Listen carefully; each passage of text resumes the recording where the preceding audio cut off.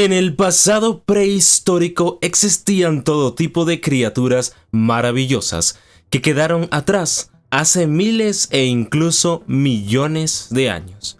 Ahora solo las recordamos por los fósiles y las reconstrucciones de cómo pudieron haber sido. Pero la humanidad siempre se ha preguntado si podría devolver a la vida a estas especies.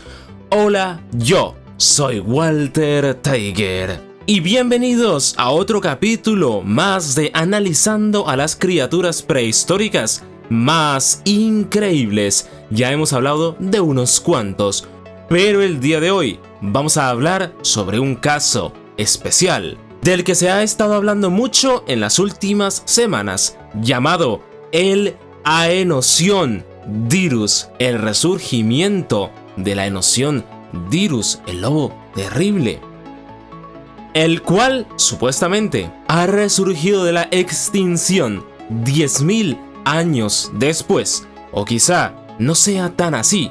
Como en los otros capítulos, analizaremos a el Aenosión Dirus y también hablaremos de este caso tan increíble de desextinción. Bueno, como en todos los capítulos anteriores, vamos a empezar analizando a la especie, así que, ¿qué es un Aenosión Dirus? El Aenosión Dirus es el nombre científico actualizado del famoso lobo gigante o lobo terrible, que vivió en América del Norte durante el Pleistoceno tardío, hace unos 125.000 a 10.000 años. Antes, este animal era conocido científicamente como Canis dirus y se pensaba que era simplemente una especie de lobo más grande del mismo género de los lobos modernos, Canis lupus. Ahora, después de estudios genéticos recientes publicados en 2021, los científicos descubrieron que el lobo terrible era más antiguo y genéticamente distinto de los lobos grises, tanto que lo movieron a su propio género, Aenosión, que significa terrible lobo en griego. Más grande y robusto que los lobos actuales. Medían aproximadamente 1,50 m de largo, sin contar la cola, y pesaban entre unos 60 y 80 kilogramos. Algunos grandes ejemplares podían supuestamente llegar hasta los 90 kilogramos o incluso más. Y desapareció hace unos 10.000 años, probablemente debido al cambio climático y a la desaparición de las grandes presas tras la última edad del hielo. Esta especie vivía en América del Norte, desde Canadá hasta México y también partes de Centroamérica. Habitaba praderas, bosques templados, sabanas abiertas, zonas costeras y valles. Se adaptaba bien a ambientes fríos y templados, aunque prefería regiones abiertas con abundante caza. Este ser vivió en el Pleistoceno tardío, hace unos 125.000 años, hasta aproximadamente, como les dije, 10.000 años atrás. Vivió durante la edad de hielo y desapareció al final de la última glaciación, coincidiendo con la extinción de muchos megamamíferos. Era carnívoro, un hipercarnívoro, más del 70% de su dieta era carne. Probablemente cazaba en manada, como los lobos modernos. También carroñaba cadáveres si era necesario. Su presa principal eran animales grandes, conocidos como megafauna. Caballos americanos como el Equus ferus y otros. Camellos norteamericanos como el Camelops, bisontes gigantes como el Bison latifrons, pecaríes prehistóricos, perezosos terrestres gigantes como el Notroteriops, ciervos grandes, incluso mamuts jóvenes o enfermos, si tenían la oportunidad. Aenocyon era un superdepredador de zonas abiertas, cazaba animales gigantes de la edad de hielo y se extinguió junto a la gran mayoría de sus presas a finales del Pleistoceno. La especie y sus parientes modernos. Aunque era muy parecido a un lobo gris, no era un ancestro directo de los lobos de hoy. Sus parientes más cercanos serían los lobos grises Canis lupus, pero estos son primos lejanos. Los coyotes, como los Canis latrans, también estos serían parientes lejanos. Luego también tenemos a los chacales, el Canis aureus, entre otros. Otros cánidos antiguos extintos como el Cenoción. El Aenocyondyrus fue una línea evolutiva separada. Evolucionó en América y se adaptó a cazar animales mucho más grandes. Por eso era más robusto y pesado que un lobo moderno. No dejó descendientes directos, su linaje completo se extinguió con el fin del Pleistoceno. El Aenocyondyrus era más pesado, robusto y poderoso que un lobo actual, pero menos veloz. Estaba adaptado para enfrentarse a megafauna como bisontes antiguos, caballos salvajes y hasta pequeños mamuts.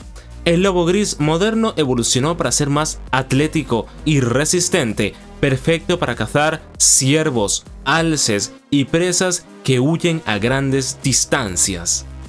Descubrimiento. El descubridor, el mejor fósil hallado y los museos en donde se exhiben.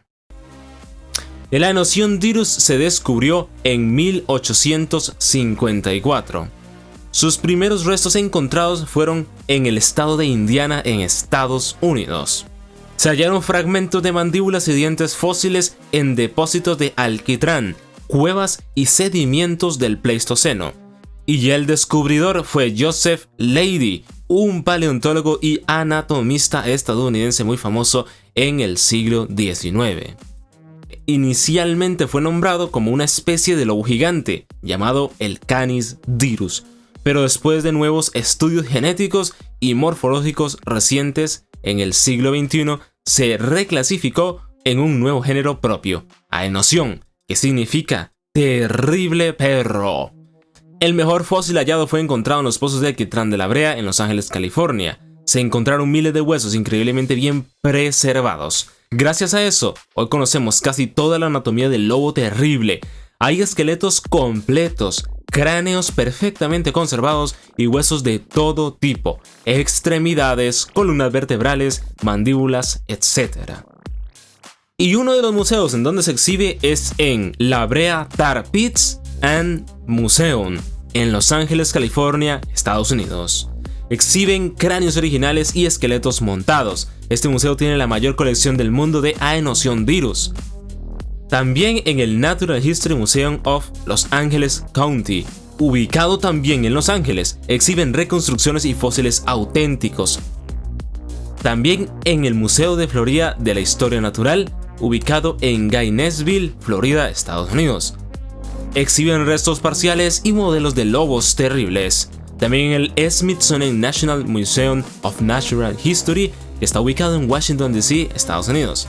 Exhiben réplicas y cráneos auténticos. Muy bien, ahora que ya conocen a la especie de lobos terribles originales, vamos ahora sí a analizar qué es esto de la desextinción del lobo terrible. Y bueno, ya se me pasó porque hace muchas semanas que ya salió esto, pero bueno. Sobre todo era para traerles la explicación de cómo era un lobo terrible original y tal. Pero vamos a ver este caso porque está muy interesante, la verdad. La empresa estadounidense Colossal Bioscience anunció en abril de 2025 haber logrado la primera desextinción funcional del lobo terrible Aenocyondyrus, una especie extinta hace más de 10.000 años. Este anuncio ha generado entusiasmo y también un intenso debate científico y ético. ¿Qué hizo Colossal exactamente? Colossal no clonó a un lobo terrible auténtico.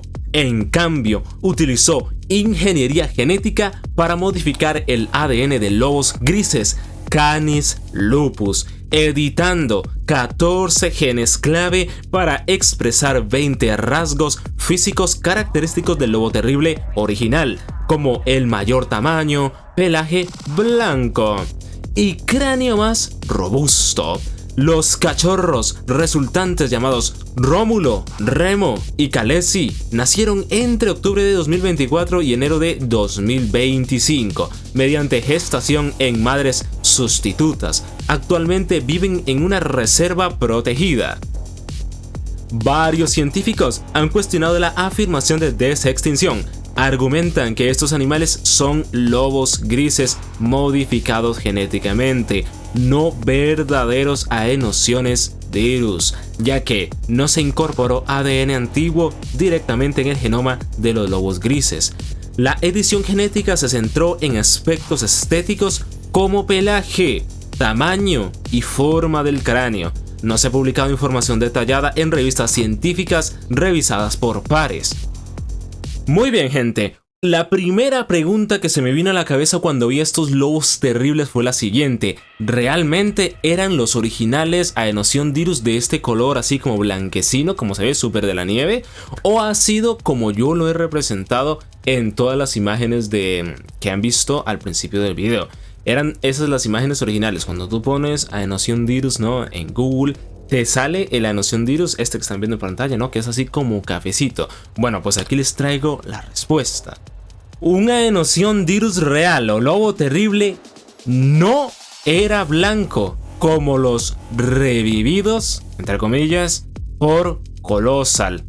Eso es más una decisión artística, digamos, o de diseño. Basado en estudios científicos de fósiles y comparación con lobos actuales, su pelaje era probablemente marrón, gris oscuro o amarillento. Y bueno, gente, para que se hagan una idea, yo creo que el color más parecido es como este de mi perrita que ven aquí. Es así como rojito, como marroncito. No sé si vieron algunas de las fotos que yo les estuve mostrando y básicamente muy similar a este tipo de pelaje, más que el blanco que vieron. Ya verán por qué también lo hicieron blanco. Su pelaje podría variar según el clima y la región, como pasa hoy con los lobos modernos. Por ejemplo, lobos grises de climas más fríos tienden a ser más pálidos, pero los de zonas templadas son más oscuros. Algunos análisis de isótopos sugieren que vivían en entornos cálidos, como la región de La Brea en California, por lo que se cree que su pelaje era más oscuro para soportar ese clima. No hay evidencia de que fueran completamente blancos en vida natural. Entonces, ¿por qué Colossal los hizo así? Por supuesto, hay varias razones. 1. El impacto visual. Un lobo blanco gigante luce más impresionante, casi mítico, como una criatura de leyenda. Y eso ayuda a captar la atención del público, inversionistas y medios. 2. La inspiración en la cultura popular, como es el caso de los wargos de Game of Thrones, que eran enormes y blancos. Eso dejó una imagen muy fuerte en la cultura popular de cómo debería verse un lobo terrible, ya que los animales blancos suelen generar una conexión emocional fuerte, parecen puros, mágicos o misteriosos, lo que ayuda a que la gente apoye el proyecto. Y por último y más importante, esto también se debe a cuestiones de salud. Según información disponible, Colossal optó por esta coloración debido a razones de salud. La modificación genética para lograr pelajes marrones o rojizos podría haber implicado alteraciones en genes relacionados con la pigmentación, lo que potencialmente podría afectar otras funciones biológicas y aumentar el riesgo de problemas de salud en los animales. Por lo tanto, se eligió un pelaje blanco para minimizar posibles complicaciones derivadas de la manipulación genética. Así que lo más importante es, no están haciendo un clon 100% exacto. Ellos mismos han dicho que no buscan traer a la nación dirus tal cual, sino crear un sustituto funcional, usando ADN de lobos modernos y otras modificaciones. Así que el color del pelaje fue una decisión artística y simbólica, también por salud, pero no científica. En conclusión, No se trajo de vuelta un Aenosiondyrus original. Colossal creó 3 lobos grises modificados genéticamente para replicar rasgos del lobo terrible, sin insertar ADN antiguo completo. Se editaron, como dije antes, unos 14 genes clave en células del lobo gris para expresar 20 rasgos distintivos: mayor tamaño corporal, mandíbula robusta, pelaje claro. Pero esto no equivale a una clonación auténtica del genoma del lobo extinto.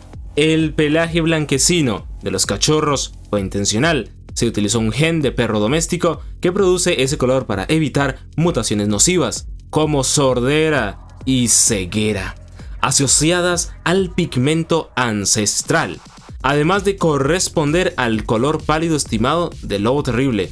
Este logro ha generado debates científicos sobre si se debe calificar de desextinción verdadera, dado que el genoma resultante es de 99,9% lobo gris, pero modificado. Los especialistas discuten si estos híbridos son lobos terribles auténticos o una nueva entidad genética inspirada en ellos. Los primeros ejemplares obtenidos por Colossal se llaman Remo, machos nacidos en octubre de 2024, y Khaleesi, hembra nacida en enero de 2025, los cuales están bajo estudio en instalaciones controladas. Así que pues, no habría que llamarle literalmente lobo terrible o Aenosiondyrus, hay que llamarle lobo gris modificado. Y es así tal cual, es diferente visualmente a un lobo gris, pero en sí su núcleo y la mayor parte del ser por dentro en las células, según estamos viendo esto, es que es un lobo gris, simplemente que se ve diferente, más parecido. Yo creo que eso sí, físicamente creo que por lo menos esa parte de aquí que se le ven como el pelaje, la forma del cuerpo, el comportamiento creo que también fue modificado, sí corresponde a que por lo menos no es un lobo gris normal o diferente. Entonces sería, yo creo que lo correcto es decir lobo gris modificado para que se parezca a un Aenosiondyrus real.